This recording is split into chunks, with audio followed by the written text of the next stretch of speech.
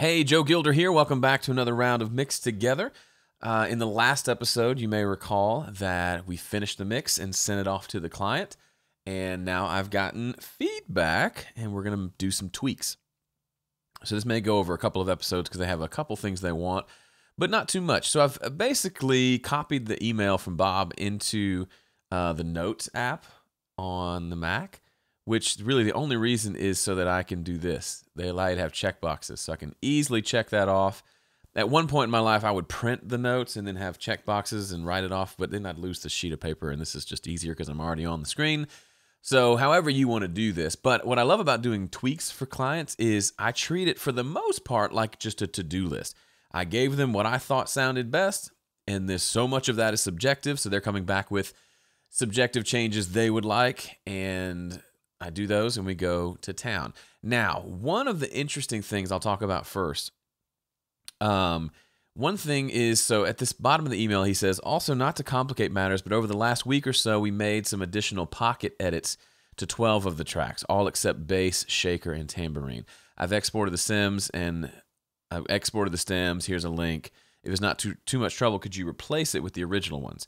Now, this isn't ideal, right? So what he's saying is he fixed some timing issues that they were hearing on some of the tracks. Now, for things like drums, it shouldn't be a problem. So for these drum tracks, I haven't done anything to the actual files themselves, except for the main floor tom I normalized, it looks like. I can see that down here where I normalized that track. Bass, I can see that I normalized it and brought it down 6 dB. Normalized and brought down the guitars. Didn't touch the mandolin. And then the vocals is where it gets tricky, because as you remember, I did some editing to the vocals. You know, for example, spots where the breath was too loud. I needed to edit those out. And I also split the vocals into different tracks. So I took her track and split it into a harmony and a lead. And then I also, when I was doing mixing, and I don't do as much automation as other people, because a lot of times I can fix those things by, and again, I'm repeating stuff I've already done, but I wanted to show it to you real quickly. For example, when she sings, was it right here? Yeah, when she says, prideful king or queen, if you remember, we went in and we chopped up the king or queen and we adjusted those volumes.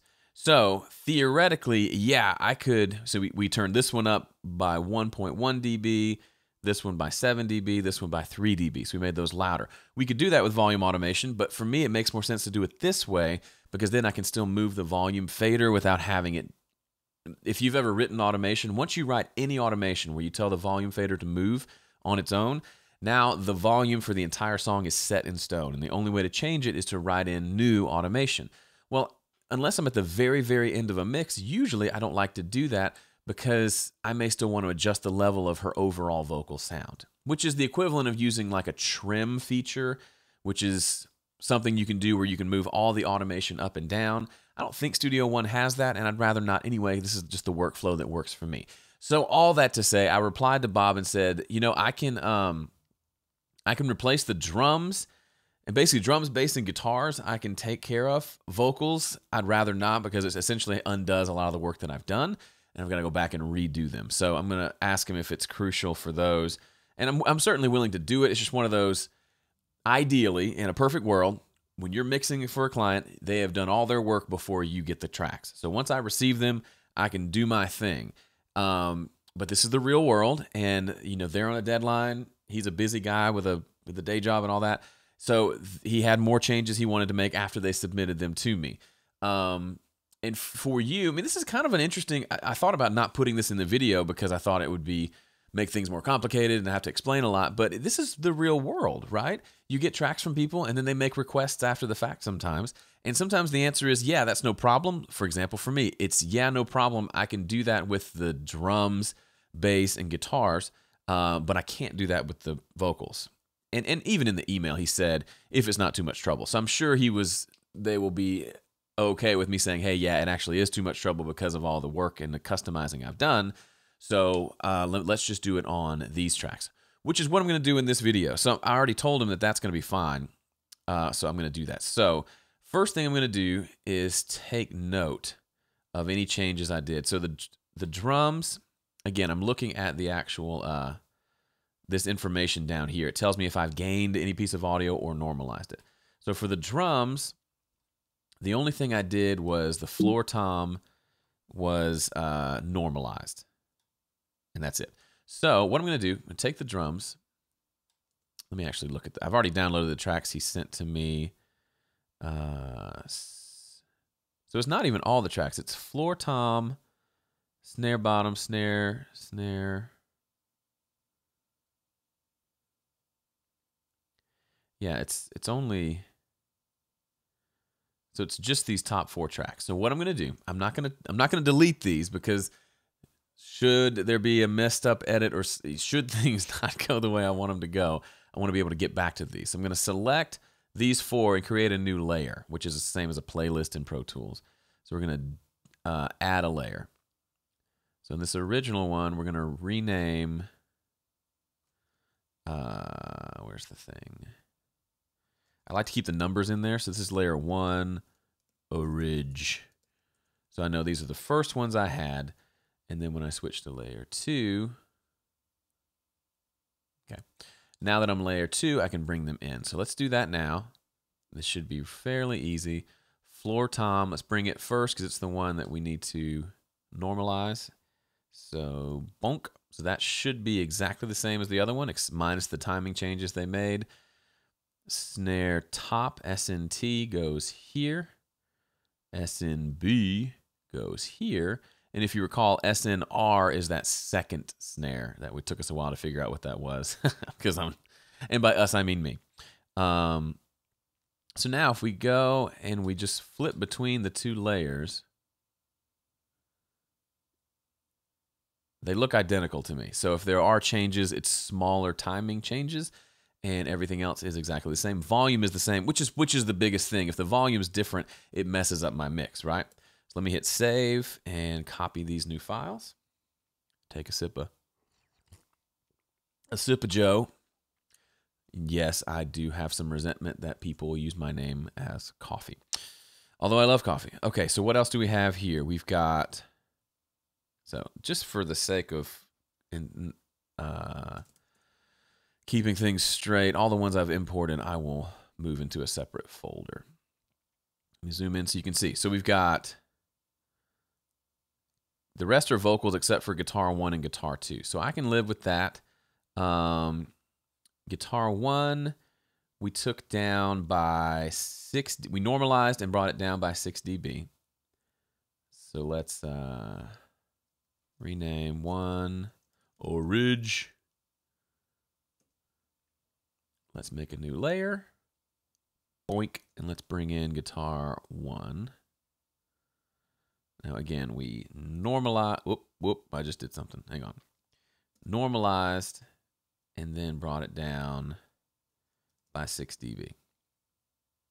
And if that seems confusing to you, the only reason I do it, if I have a track that I want to turn up the volume, well, you can just turn it up as much as you want on the actual audio file itself, but the only way to know if it's clipping is if you clip your meters later. So I would rather not risk that. So if I want to turn it up, I'll actually go to the normalize function, which turns it up to as loud as it'll be before clipping, and then I bring it down from there, which it usually needs. That just gives me kind of a way to know, just a safety way to know that that's happening. So I'll normalize it, then I'll hit the minus key on my keyboard, which brings it down 3 dB. What I did here is I hit that twice, brought it down 6 dB. All is well in the world. So if we switch between the 2, we'll see that they both are normalized and down 3 dB. Normalized and down 3 dB. So that's easy. If there were some fades on here, then I'd have to go in and figure out and copy the fades and all that. Thankfully, there aren't. So that makes this actually fairly easy to do. Let's go to the second guitar. Now this is another orig, and it is normalized and brought down 3 dB. Okay, I can do that. Let's make a new layer.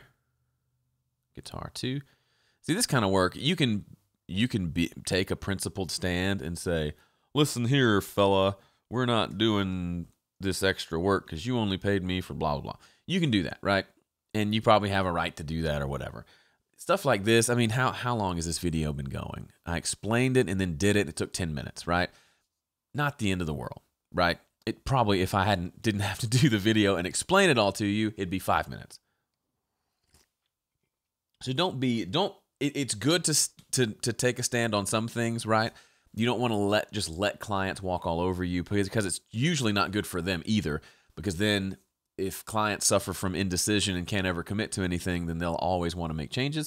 So that's why, for example, when I send my quote to clients, I say, you're paying for me to mix your song, you get up to 2 revisions, which means mix 1, mix 2, mix 3. You get 3 versions of the mix, so 1 mix plus 2 revisions, and that's it. So by mix 3, we got to be on the same page. And that helps them realize, okay, it forces me to make sure my mix 1 is good, and then it also forces them to say, okay, I need to know what I want in mix 2, because then if there are any tweaks for mix 3, it should be just smaller stuff. So that said, I don't have anything that says specifically you can't change the files after I get them, but that's kind of fairly common sense. So these requests like this don't happen a whole lot, to be honest, but if they do, I want to accommodate as best I can. And so what I'm going to do is say I imported the guitars. Oh, and there's a mandolin. Let's do the mando as well. Mando, did we do anything to mando? We didn't touch the mando. So I will import that, and then I can just tell Bob, hey, I didn't do the vocals, but I did do everything else. So new mando comes in. Yes. And then just a quick visual check just to see. I'm not really looking to see, basically looking to see if they added any parts. For example, like these 2 little mandolin hits at the beginning. If that changed or went away, I'd like to know and see that visually so I know to go in and make some adjustments. All right. So now in this folder, let me go back and rename this one. This is, come on, little fella. Will you let me rename you? You're being a jerk. Let me go back. Fool's Gold updated stems. Okay. So now I've got that folder there. If they come back and if we decide to do something else, you'll know about it. Okay, so let's do at least one of the actual creative things on the list and go from there. So the first thing says, the reverb seems to be a bit too, first of all, they said, hope you and your family had a wonderful vacation. Thanks a lot. Love the mix in general. Thanks so much. Here's a list of requests. We'll defer to your judgment, but this is what our ears and minds are telling us. So this is really cool, by the way. You want to work with clients. Ideally, people are working with you because they trust your judgment over theirs, or they trust your skill level over theirs, or your ear level over theirs. So this is really cool. I love Bob, and I love Caitlin and the rest of the band. I've only met Caitlin and one other, and Ben, but the rest of the band, I'm sure they're fabulous people too. But they not because they're stroking my ego, not because they're making me feel good about myself, although this is nice to hear. But they say we defer to your judgment. That doesn't mean I need to be a stickler and say, hey, all these requests you wanted, they're wrong. Most likely, I'm going to agree with most of their requests. For example, I was listening to my mix after I sent it to them after the last episode, and I realized that second snare drum that comes in the last chorus is totally buried. I can't hear it. And it's just something I overlooked. I remember it being there, and then I can't hear it. So I was going to change that anyway, and I think they say that down here. So that's all well and good. But they also say we defer to your judgment. So for things like they think the reverb is a bit too wet or too much in sections, that's more of a personal preference thing. The way I listen to music, more and more indie music has a lot of reverb on the vocal, like a lot. Go listen to some of the just recent releases, especially in the indie world. There's a lot of reverb going on. And so that's kind of where my mixes are going as well, because I kind of like it. It's kind of cool. And you can see, if you haven't watched the previous episodes, you can see what reverbs I use and all that. I just choked on my own spit. So the first request here says, anyway, I'm sorry, before I get to that, the whole thing about they defer to my judgment, it's so liberating because I can hear them. I can try to obviously understand what they're saying, but I can also try to understand what they really mean and then accomplish that. So with Bob, he's an audio guy, so he's going to give it to me in pretty straight audio terms. But I've had clients before that say, it sounds too boxy. And their definition of boxy and my definition of boxy are completely different.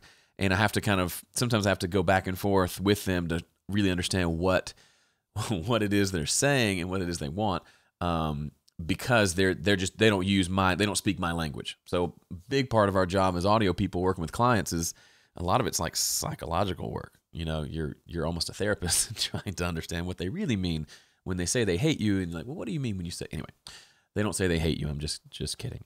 All right, so this says the reverb seems a bit too wet in the exposed solo lead vocal regions. It may be that it is just strong in the high frequency range of the reverb, but we'll leave that to your judgment. Could you reduce the reverb slightly in the exposed solo lead vocals for H Vox 1 in verse 1? Same with the C Vox in verse 2. If it's difficult to automate, alternatively, to reduce the reverb slightly on both lead vocals throughout the song. Okay, so essentially the reverb on the lead vocal is too prominent in the verses, especially when the vocalist is singing by him or herself. If you remember, this has 2 lead vocals and then harmonies. So let's just listen. Always start with listening and see if we agree, which I probably will, and then make adjustments. Come a little closer here. No need to try and hide nor fear. Your lips may lie, but I know your soul tells every truth it holds. Okay, my initial impression is that I actually was very light with the reverb, in my opinion. Come. It's there, but it's pretty slight. Let me remind myself what I used. Yeah, I used the spring reverb, which is a brighter sounding sort of reverb, and then I didn't put too much, because it doesn't sound great if you blast it with things like vocals. Sometimes with guitars it can. Okay, so let's listen to her vocal just for comparison, because they're both going through the same reverb. Well, I am a cluttered house, locking doors to keep it in or out. One thing about reverb is you tend to hear it a little better on headphones. So that's what I'm going to do. Just give a quick listen on headphones for perspective. Well, I am a cluttered house, locking doors to keep it in or out. So it's actually feels about the same on the headphones. I'm barely hearing it. So what I'm going to do is I'm just going to do what they ask, because it's not like if it was a huge reverb and it was integral to the sound I was going for, then that's a discussion. But it's so subtle, and they'd like it to be more subtle. So I'm like, all right, we'll make it more subtle, no problem. So reduce the reverb on the exposed lead solo vocals. So what's the easiest way to do that? Let's just do automation. Trying to think of the easiest way to do that. Well, let's start with his vocal first. So the cool thing about Studio One, if I want to automate something, I just click it. So that's the on-off button for the reverb. Whoops, hang on, that's not it. I want to click this, which is the level. Okay, and you'll notice up here, again, if you don't have Studio One, this is irrelevant, but it's kind of neat. The send level for the spring reverb on that particular channel is now featured up here. And if I go yoink, then guess what? It creates an automation lane for that effect that we just said. So for H Vox, we now have a send level for the spring reverb. Kind of neat. So let's make it a little bigger so we can see. Yoink. And so it's basically while he's singing by himself. Come, your soul tells every truth it holds. I do hear the reverb a little more prominently on word like the ch, the ch sound. Your soul. So I get that. That's a little, because I mean, you got to be careful. This isn't bluegrass, right? But it is folk. And you don't want to go, that's why I did just very little. I do maybe one spot in their songs of like a cool delay just on one word. And I try to otherwise just keep it very pure. Reverb is where it gets a little sketchy, especially a spring reverb. It's not natural. So they're hearing it as they've probably heard it since they recorded it, which is probably pretty dry. So I'm getting what they're saying a little bit more. So what I'm going to do is, this is where he's singing. I'm on the wrong track. All right, so let's just turn that reverb down by 3 dB. So I just selected the whole section, turns into a trim, and I can just go 3 dB down. Let's see how that sounds. Your soul tells your soul. I'll turn it down a little more. Let's try another 3. 6 down. I like to do it in increments of 3. It just, I don't know. Your soul tells every truth. Yeah. To me, it still has a little bit of that space, but it's turned down. Okay, so now we know we want to do that there. Now we just have to do that at the other spot where she is singing by herself. Cease the need to be. Okay, so it was just on the verses. He didn't want it on the chorus. So I think they're happy with the reverb on the chorus, it sounds like. And then on verse 2, when she's singing by herself, we'll do the same thing. We're going to do that same thing. Okay, where's verse 2? There it is. We need to create a reverb for her, an automation lane. Clickety on the C-Vox and go boink. And now that has created an automation lane for her voice, which is right here. For you, Nope, it's right here. well, I am a cluttered house, locking doors to keep it in or out. Okay. Empty out all I've tried to fill. So seize the So it sounds like just these first 2 lines of the verse. So we'll do the same thing. We'll turn you down 6 dB. You can't quite see on the screen. It shows me the level, which is -22, and then it shows me in parentheses the difference, which is -6.0 dB. That's where I'm going. In Pro Tools, I think they use a triangle, a delta sign, which is in math terms a sign for change. So we're changing it by -6 dB. No deltas in Studio One. Studio One was invented by PreSonus. They're in Baton Rouge. They're in the delta, so maybe that's why.